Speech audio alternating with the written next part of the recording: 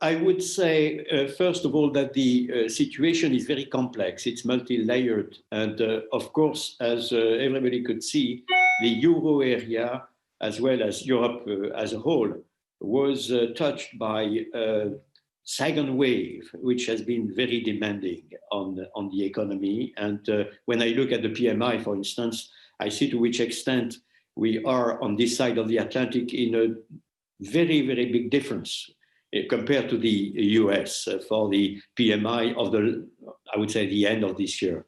So this is something which has to be taken into account. Clearly, it is what the ECB said by the voice of her president.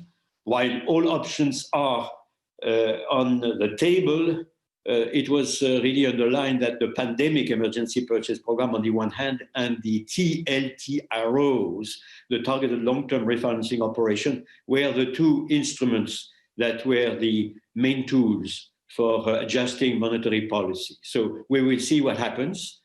I have full confidence myself in the Governing Council of the ECB and in the President of the ECB. So I am sure that they will integrate all elements. And of course, a very important element is the new staff projections, both for growth this year, next year, the year after, for inflation, of course.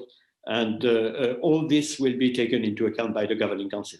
We don't know yet what are those projections. And I have to say that the balancing act I was mentioning, of course, is in between the slowing down of real growth and the very, very low level of inflation in the euro area, minus 0.3% on the one hand. On the other hand, of course, the good news that are the vaccine that are signaling that I would say mid next year, we could be in a significantly better situation.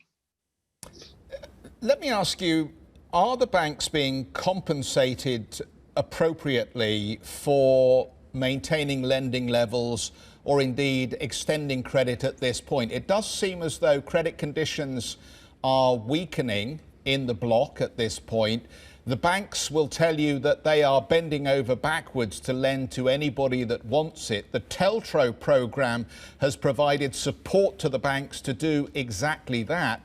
Is there any value in the ECB moving forward with an initiative, as some have suggested, that they hyper reward the banks with a hyper concessional rate to make them whole again if indeed they are pushing more credit into the real economy? As it was said by Christine Lagarde, the TLTRO is one of the two major instruments. So if they decide to do something, and again, I have full confidence in them, don't take my own words as, I would say, anticipation of what they will do. They will, calibrate appropriately what they have to do, taking into account their own knowledge of the situation and projections. But I would say I don't exclude, of course, that they could make the TLTROs, which are very powerful instruments with 1.3 trillion euros at stake. They could shift perhaps the duration of this program. That would be a positive signal. Don't forget that in the euro area, most of the financing of the economy is made by commercial banks.